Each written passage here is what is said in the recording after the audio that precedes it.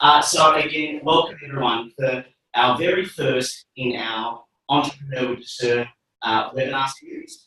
I have my dear friend Elliot Costello, aka the CEO and co-founder of YGAP, and we welcome him here tonight. So Elliot, let's get the ball kind of rolling and give everyone a little bit of a take us back in time, if you will. What was it like life growing up for you, and when did you know that you were going to be a social entrepreneur? Good question, Oscar. You know part of my journey because we were childhood friends, but for those tuning in, I guess I had a unique upbringing. A father that was a very outspoken social advocate, a mother that was committed to a number of non-profits, most specifically here to local organisations. And as a child, I really struggled with that. I went to school with Oscar, and at the high school we went to, I was frustrated that Dad was like the goody two-shoes. He was a Baptist minister that was a national advocate against gambling and took on a number of the major social issues, fighting for the most vulnerable and disadvantaged in our communities in Kilda, which then led to work more broadly across Melbourne and Australia, and now with his work as the head of World Vision International. So as a child, I really didn't want Dad to be that person, and it took me a while to adjust and understand. I remember one day saying to Dad, "Why can't you just be normal?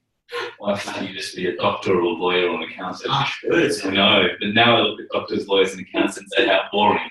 But as a formative years, it is part of your identity, and knowing that your father is someone that's regularly on the news and outspoken about social issues. I really didn't know I had a different sort of family until a group of friends, many who you know, came to my house in year 7, and we stayed over. And in the morning, a guy named Peter, who was known to the families, who was a local homeless, who was unfortunately had a severe sort of habit with drugs and lived pretty roughly on the streets. He walked up to the house, knocked on the door. I let him in, made him a cup of tea. Mum and Dad went home, and Peter left. 15 minutes later. My friends were shocked. They were like, "What are you doing with the homeless person?" Are you letting into your house? Yeah, of course. And so it set me back as a 13-year-old, saying like, that's not normal.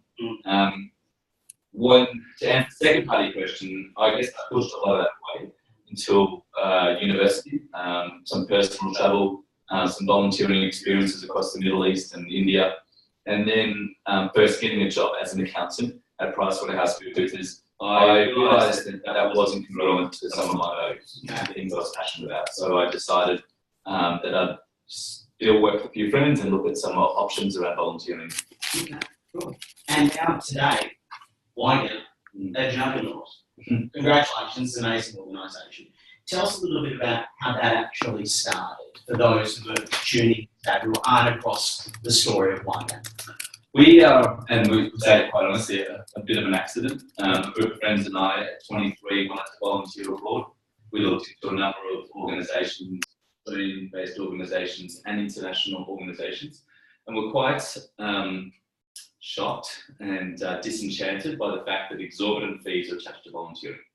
And so when I say that, some programs can be $3,000, $4,000, sometimes $5,000 or $6,000 to take a young Australian with skills and place them in an international volunteer field project. So as a group of young Australians, we realised that was a lot of sunk money. And so we contacted a few local grassroots organisations, formed 2 partnerships in 2008, one in Malawi, one in Ghana. We said, this is who we are, these are the skills we've got, what we do with our time, energy, and importantly, funding. And so then we needed a name and a bank account and a website. So that was a sort of reaction to finding, but that's how a lot of entrepreneurship is. Yeah. A lot of entrepreneurship is saying there's got to be a better way to do something. And for us, it was, we only wanted to spend a few weeks in Africa at the end of 2008.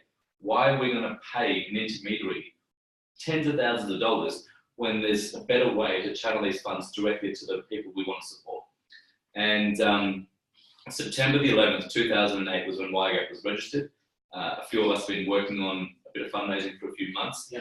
For those old enough to remember, 2008 was the height of the global financial crisis.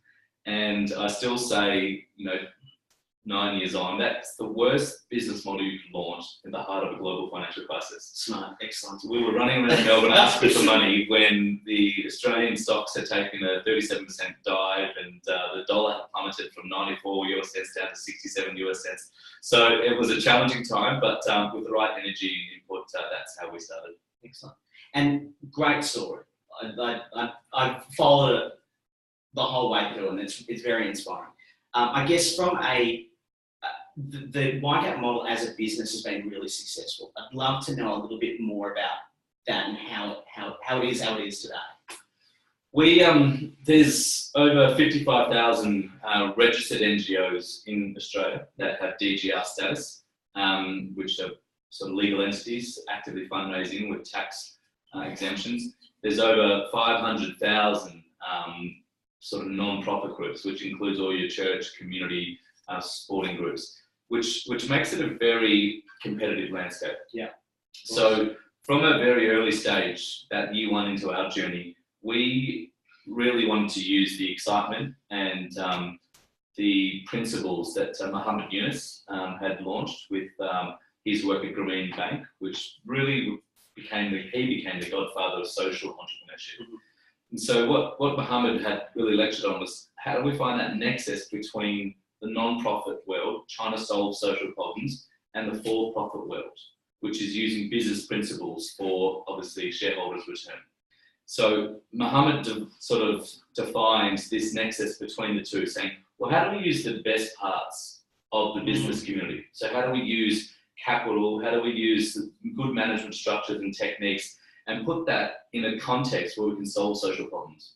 So from 2009, we became, I guess, early pioneers in Australia of trying to say there can be alternative ways to fundraise. Yeah. Instead of us being dependent on government, trusts, foundations, individual giving, your traditional sort of circuits to fundraise, we said, let's use the best parts of business to try and fundraise and solve social problems. And fast forward 9 years, we've launched 4 social enterprises, all profitable across hospitality, retail, and photography.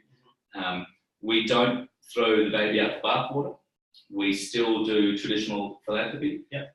So our model now is, I guess, the 3 pillars. We use social entrepreneurship, so the best of business. We use traditional philanthropy, and then we use campaigns, so P2P fundraising campaigns too. Wow, so quite diverse. It is, and that means if one lever's not working, you've got flexibility in the other 2 pillars. Right. So I guess that's a really good place for me then to segue into my next question, which is around the Polish Man campaign. Fantastic initiative, and it was everywhere, and this year more so than other places, huge. How did that actually start? What's the story behind the Polish Man campaign? So there is a genesis to the campaign. Every non-profit's looking for the next November per se, but we were very much congruent with the story of the Polish Man campaign. It was born from an experience I had in Cambodia in 2013. We took a group of major donors to see some of our field work. And in Cambodia at that time, we worked with an organisation called YGAP International. I often describe YGAP as an organisation really working on the front line of human vulnerability. So we're talking about working with kids that have been victims of the worst domestic violence abuse, children that have been trafficked across pedophile rings, children that have had acid burns and forced to bed in the street. And YGAP are an amazing organisation to take a child from complete neglect and almost destruction and walk them on this journey to mend a broken heart. Wow. And so we proudly partner with YGAP. The story behind Polish Man was over a dinner that we had along the Mekong River, where 21 beneficiaries aged between about 8 and 14 years old were at the dinner. We were at a sort of pizza restaurant having soft drinks and pizzas one night, and I sat next to a young girl named Thea.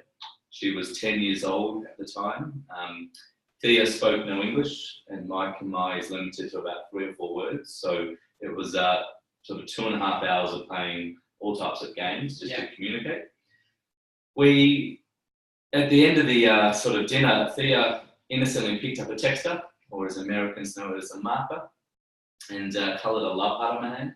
She then flipped my hand over and coloured all my nails blue. So I left that night with 10 brightly painted nails.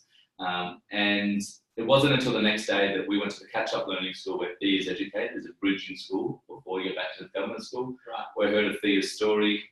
As an 8-year-old, her father had passed away, sole breadwinner on the family, mother unable to look after her. She was taken into an orphanage, and for the next 2 years, between 8 and 10, was physically and sexually abused every day by the orphanage director, who was there's little fortune in the story. What fortune exists was Thea was taken into Hagar's care to restore her life. The director of the orphanage paid a $5,000 bribe to the courts and fled the country. But once I heard Thea's story and knowing some of the statistics, around 900 million children globally that won't reach their 18th birthday without facing physical and sexual violence, which amounts to 1 in 5 kids that will face violence in some form, physical or sexual, before turning 18. I made a small commitment to Thea to start wearing my nails painted, and fast forward 4 years, it's been tremendous growth. Hundreds of thousands of men across 100 countries that have participated in the campaign to say no to violence. And women as well, I've noticed. Women as well, yeah. The reason it's focused on men, called a Polished Man campaign, is men perpetrate most of the violence. Yeah. And we're very honest with that statistic. Over 90% of physical and sexual violence is perpetrated by men. So it is really about bringing men to the table to say enough is enough. Yeah. It's time to end this issue. But of course, women are very important in the campaign too. So we've had a lot of great female ambassadors this year, and been able to really heavily engage women to be strong advocates about ending this issue too. It's fantastic, and it's from what I understand, it is just an amazing campaign, and it's been, such a great thing to see unfold and grow throughout the years. A question that I have around that growth and that expansion is around, I guess I noticed, I think it was the Prime Minister had a nail painted, and you have these amazing people from all different areas of industry and sports, and making up these ambassadors. How do you get those types of people involved? Yeah, look, we've been very fortunate. Malcolm Turnbull, the Australian Prime Minister, Chris Hemsworth, his brother Luke Hemsworth, Liam Hemsworth, and Luke. There's 3 brothers that have all been involved. Right through to Kelly Slater and DeAndre Jordan and a mixture of other remarkable celebrities. It's easy to sort of lean on our laurels and say our networks, but I peel it back to the core. It's the issue. Yeah. When you're talking about children, innocent children who are stripped of their fundamental right to be children and denied that access to their childhood, it strikes at the heart of every person, male or female. So what we did very intentionally in the first year building the campaign was, this is a tough issue. People don't like going home and talking about kids being affected by violence. People don't sit comfortably at work and talk about how they've read more articles on domestic violence and child abuse. But it's an issue that affects all of us, directly or indirectly. Yeah. So when we approach ambassadors, local ambassadors, national ambassadors, global ambassadors, we're very clear with the fact that their participation is advocacy that's going to help end this issue. And the response we're getting is a real testament to people saying enough is enough. Yeah, brilliant.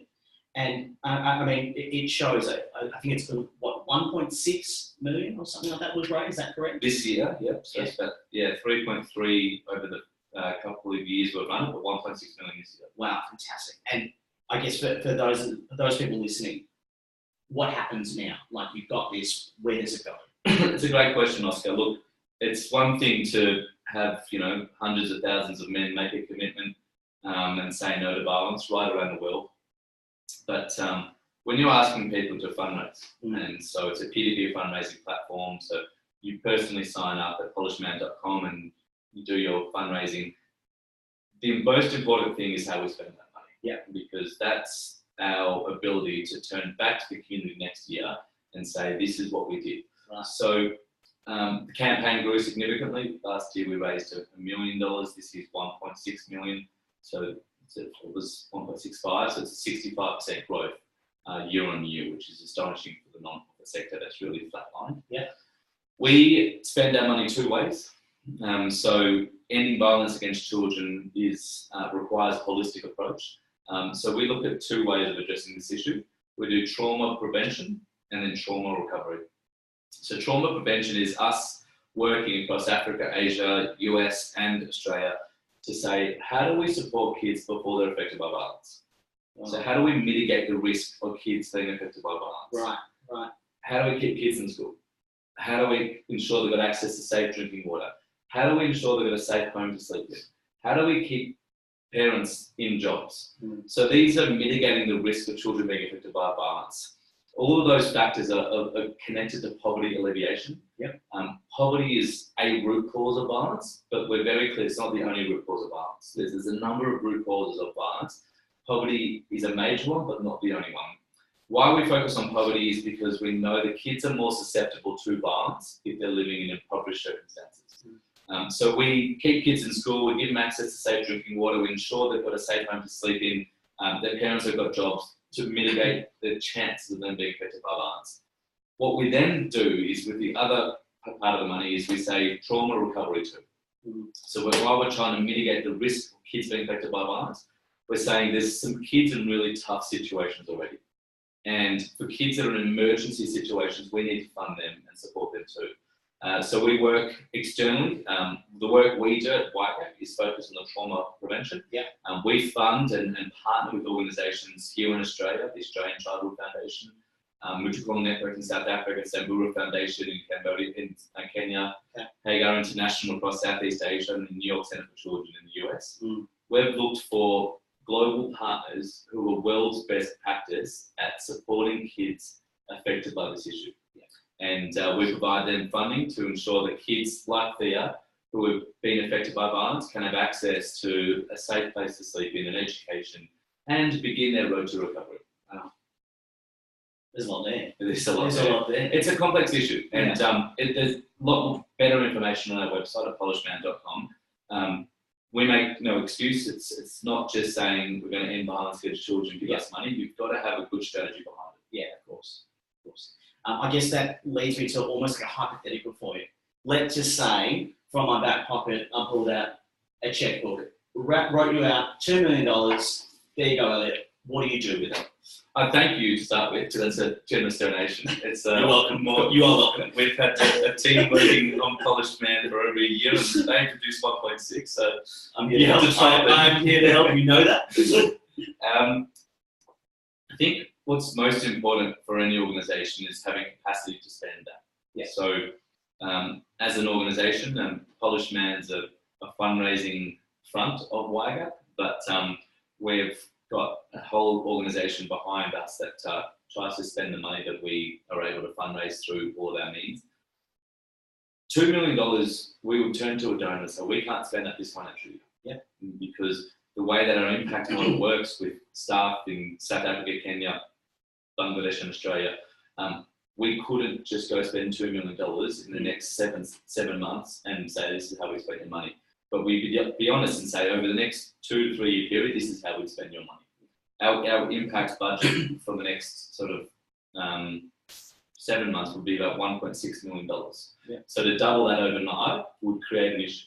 Now that's honesty. Not many organisations would sit back and say we can't spend your money immediately. But we look to ways to hold the money until we can effectively spend it. Because there's a big debate in the non-profit sector that I think the community gets completely wrong. Most questions around the effectiveness of how much money goes to the field, especially in our sector, the international. Hot topic. It's a hot topic and it will remain one.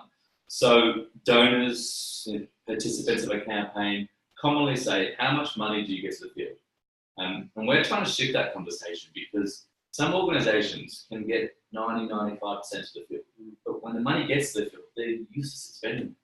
But the donor looks at that and says, that's great. That's 5-10% administration costs.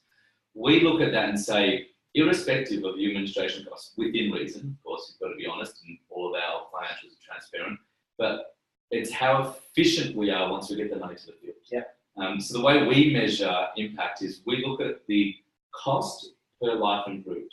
So for $4.75, we can take someone living in poverty and help them on a transition out of poverty. Yep. And that's our impact model, which is focused on using entrepreneurship to solve some of the world's biggest problems. So it's a startup accelerator program that we run in each country. It's a 4-step process to find, accelerate, support and grow the best local impact ventures across the places we work. And for $4.75, it's a phenomenal efficiency once the money's in the field. So breaking down the numbers, I'd have to turn my accounting brain on, but that's close to 200,000 lives that I could turn around and say, over this period of time, with your donation, $2 million will help 200,000 people transition out of poverty. I guess for those listening, feel free to donate $2 million. You know where it will go. It won't happen straight away, though. All right, let me flip the page. All right, we get a little bit more personal. What advice, there's going to be a lot of people tuning in tonight who are doing social entrepreneurship as one of our sort of degrees. What advice would you give for someone who's looking to start their own venture? Look, I didn't study entrepreneurship myself. It's a sexy degree. I'd probably would have learned a lot that I didn't learn studying accountancy. But I studied liberal arts too, which gave me some perspective. The thing about studying entrepreneurship or even practicing entrepreneurship is there is, of course, timing involved, but I guess a lot of people do ask that question of like, how do I get started? You don't have to have a group of friends like I did and a specific goal in mind. We just started by pushing the first door. Yeah. And I say that to a lot of emerging leaders and people in the space is whatever door's in front of you, push it. Because then the second door will present itself. Yeah. And once you push that second door, then the third door will. Now that corridor might twist and turn, but you've got the capacity to control that. If you stand still and don't push that first door, you'll remain in that exact same position. So instead of trying to determine what's the end of the corridor, just push that first door, open it up. That initial start you make, it might be a complete failure. It might be something that takes off. It might be something that leads to, problems with your co-founder, and you might have a mediation. That's irrespective because you're getting the momentum built and you're starting. So I encourage very strongly, whatever it is, whether it's the actual pursuit of an education or actually diving into your own venture, just to push that first door. Great advice. So there will come a time where, as the CEO, you will step down. Mm-hmm. Obviously, massive shoes to fill. You sound like massive shoes to fill. But what happens thereafter? What happens? Where are you X amount of years from now? I think what's important to note is that I do believe that a founder's syndrome does exist in every organisation. And it is quite important for any founder, myself as a co-founder, right through to any startup, that you do know that an organization's legacy is important to live on without you. Yeah. So in 10 years' time, you won't be interviewing me here as the CEO of YGAP. Maybe that's a lot shorter. We've got a 3-year strategy that we've just signed off with our board. And I've had to say, I don't know where I'm going to be in 3 years. And I've been the founding CEO since 2008. That's 9 years. That's a long time doing a similar thing. 4.5 years as a volunteer, unpaid, building the organisation, then 4.5 years as a paid full-time CEO. Yeah. But what I want to ensure is, irrespective of time, there is no time known at this stage of what transition would look like, I will leave the organisation in a much better place than it is now. And so I'm very goal-orientated, so knowing that there's a few horizons that I want to see happen within the organisation will enable me to do good succession planning. Yeah, fantastic. And that exit is important, and to do it well. I guess I know there'll be a lot of people tuning in tonight who'd love to know, tell us some of your challenges and how did you overcome them? Think about the biggest and how did you get over it? Well, it's a good question because sometimes with interviews you can get very caught up on the positive stuff. Yeah. How successful Polished Man is, some of our social enterprise successes. The journey is difficult. It's completely difficult. So for those studying entrepreneurship, for those already working as an entrepreneur, there's a lot of hard work to get to any place. Yeah. And when you're at that place, you're perpetually searching for the next thing. We're in a good position now, including a social enterprise restaurant. We have we've got 54 staff in 6 countries. Wow. So it's a big organisation, which means it's a lot of headaches. You're managing a lot of staff across. We've got staff, and they're all coming to Melbourne next week for our annual strategy retreat. We've got staff in South Africa, Kenya, Bangladesh, Australia, US. So a lot of demands.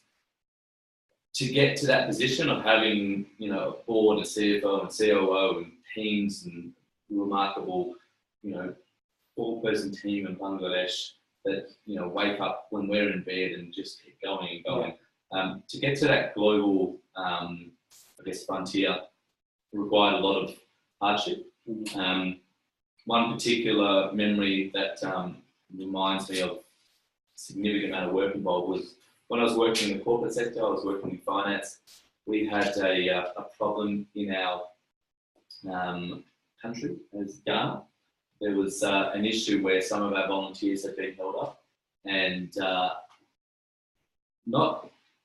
their lives weren't threatened, but it was a very hostile situation where we had to negotiate their release from back here in Australia. Wow. So it was a human trafficking syndicate where kids were trafficked across the West Africa into Lake Volta, which is central Ghana. Sounds like a movie. It could have been one. We're fortunate ending though. So we had 10 volunteers there, and cultural misunderstanding, and Patrick O'Callaghan and I were on the phones every night for 5 nights negotiating how to get our volunteers out of the country. Yeah.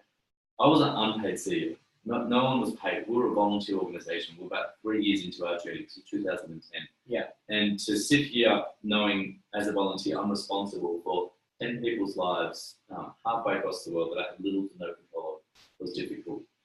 We've launched, outside of that, we've launched ventures that have failed, disputes with all types of staff members and co-founders, relationships that takes a toll on because you're perpetually working and you're sitting on your computer all night. So a number of challenges that I think it's important to highlight before anyone assumes that success is something that's an easy journey. Yeah, great response. Great.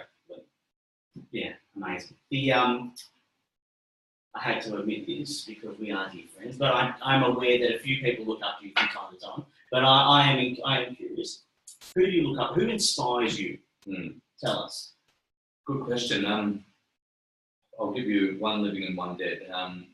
With the latter, I'd say William Wilberforce. Mm-hmm. Many might not know who William is, but William was a British politician, an MP, Member of Parliament, who entered politics at 23 years old, which was an average age in the late 19th century.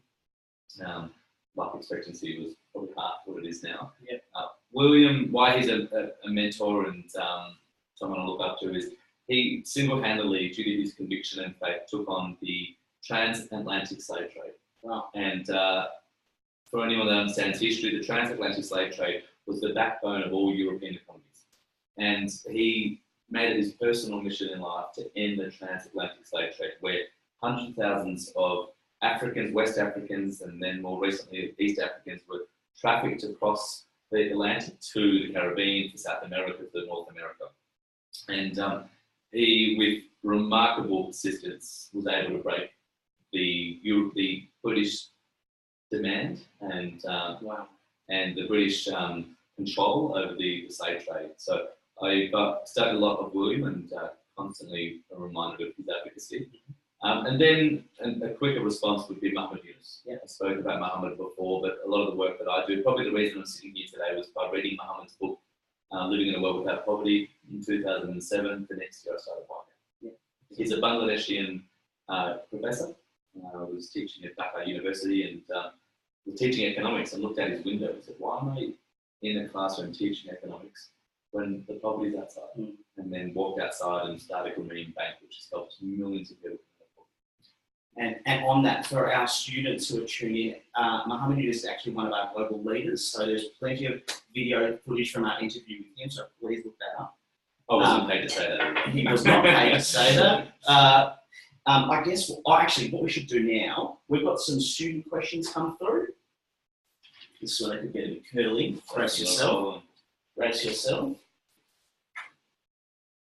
Thank you, thank you.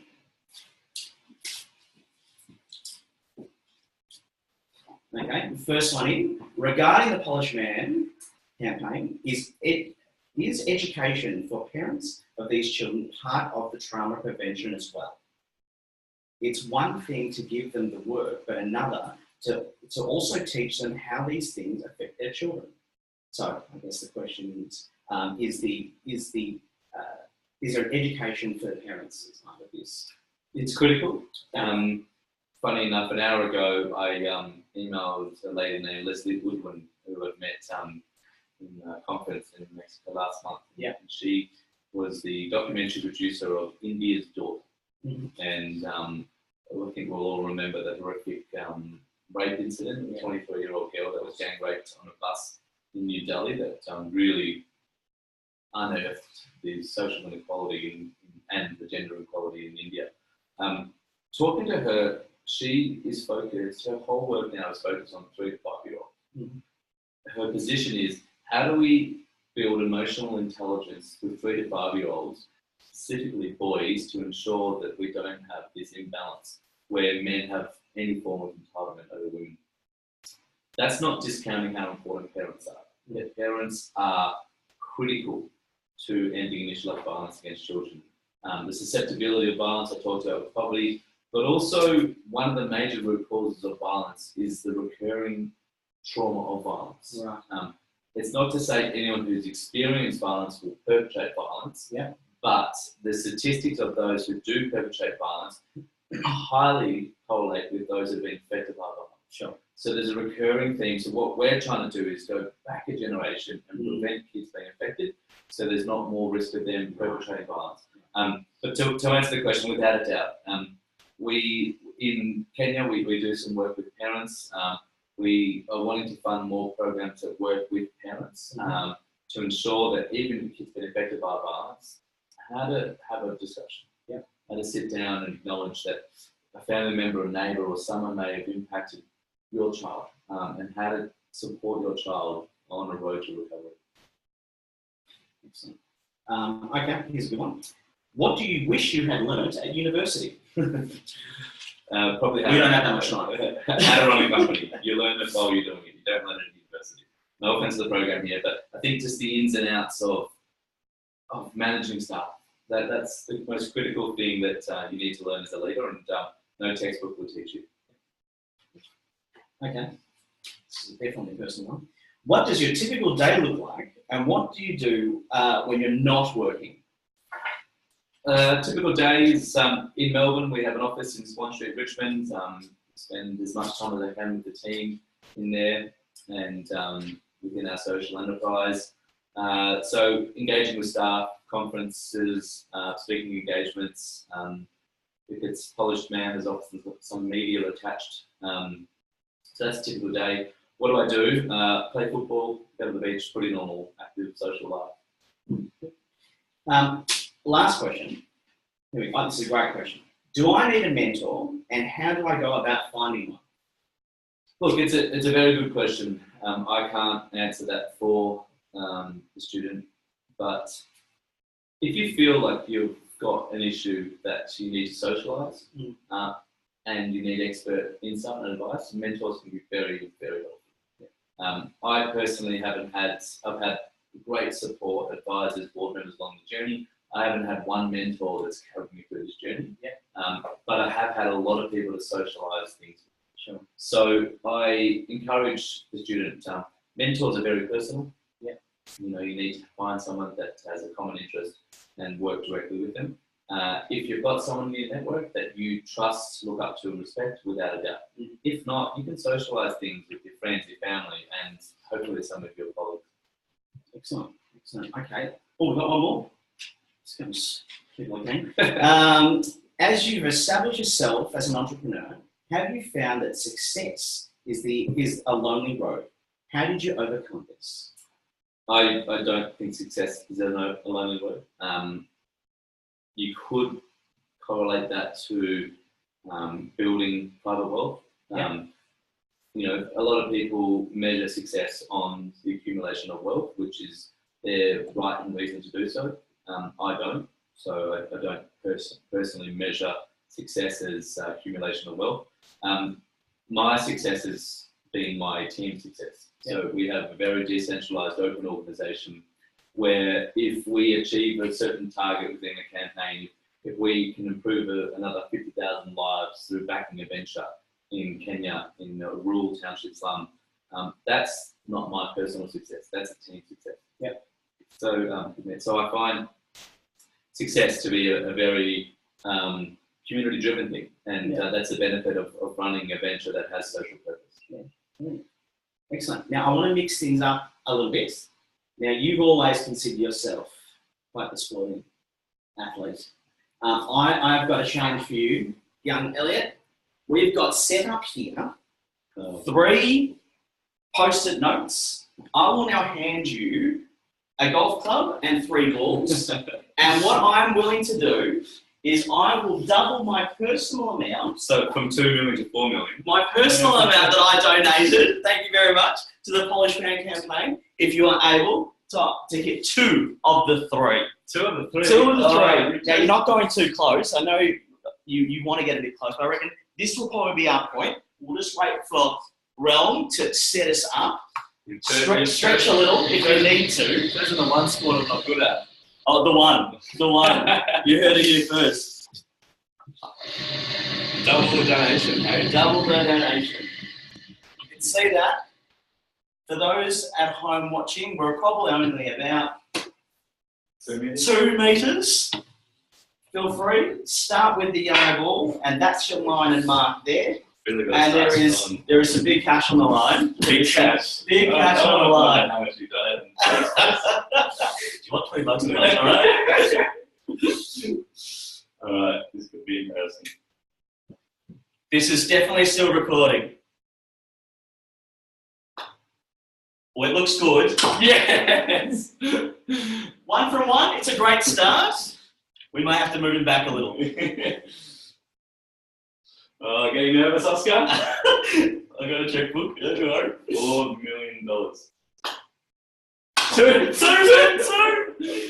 And the final, we've got 1 more. If he gets this, he'll be the first entrepreneur that we've had that's able to do this. Technically, that second one is the 3rd. By Jim, he's still up first.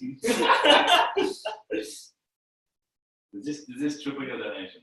This will triple. I will commit to that. I will triple the donation. Triples his donation. Kids will be happy, mate. Oh, very, very close. Very, very close. All right, take a seat. Take a seat. Thank you very much for that. Just so everyone knows, I actually got 3 from 3. We were tested earlier.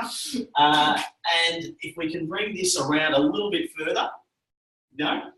Okay, we can? Yes, we can. Do you want me to go? I'll go with it. We're getting very technically savvy over here. I've made.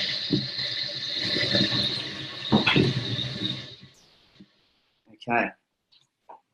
As you can tell, this isn't our first run. We've done this many times. Anyway, in wrapping up, thank you for everyone for joining us, and a big thanks to you, Elliot. Thank you. I know you're a busy man, and we do appreciate it. So, happy to be here. On behalf of Ducere, thank you very much. Pleasure. Take care. That's it. We'll see you all next month.